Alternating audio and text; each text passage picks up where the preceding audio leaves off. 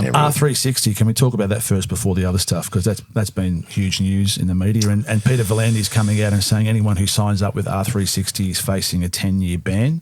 Yeah. What do you reckon? Has it got any legs, or is it going to be a bit of a restraint of trade? Is going to be what's it going to be? I've only got to think back to the South African tours when I was playing in the 80s. A lot of guys went. They were threatened with life bans. And then I think the Australian Cricket Board at the time, which it was called, got a whiff of a massive court case. The players would have said that they were stopping us earning a living, restraint of trade and stuff like that.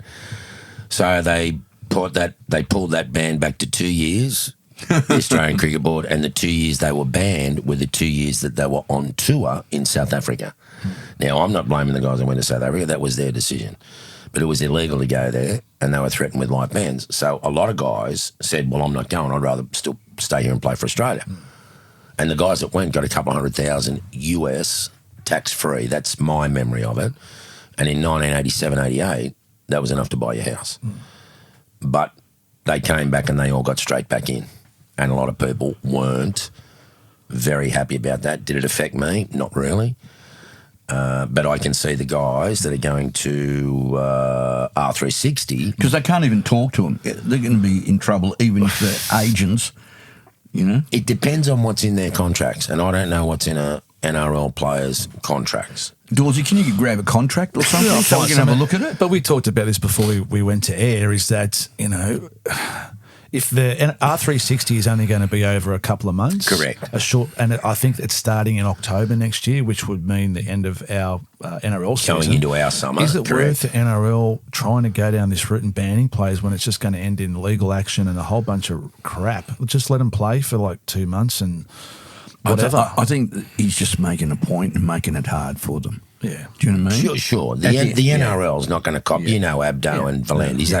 Peter V'landys doesn't put up with any shit. No. And he's going to say, you go and play there and you leave our club. 10-year ban. But, especially if you break the contract. If you've got a standing contract, then you're in big shit. Yeah. But is it advertising for the NRL? So if these blokes go and play in this R360 in Europe and America and South Africa, wherever it is, and people are going, oh, who are these rugby league players from the NRL? And people will sort of look at that. So if you look at the positive side of it. More than one way to skin a cat, Dorsey, that's for sure. So, but if you were Pappenhausen or someone like that, and you're 28, 29. And they said, we want to sign you for 3 month gigs for what, $10 million or what? See you later. Yep. And bye-bye. How difficult must it be to say no to that? It's like Cameron Smith with Live Golf. Wasn't that a couple $100 million? Yeah, huge amount. And they go, oh, there's your check, just sign on the bottom line. It's $200 million. Hard to knock back, man. Yeah, and pretty good for a hooker who's won a few grand finals too with Melbourne. The other thing is this too. In rugby league, I mean, it's such a vicious game. You may play a game next season and get hurt. That's it for you. You're gone.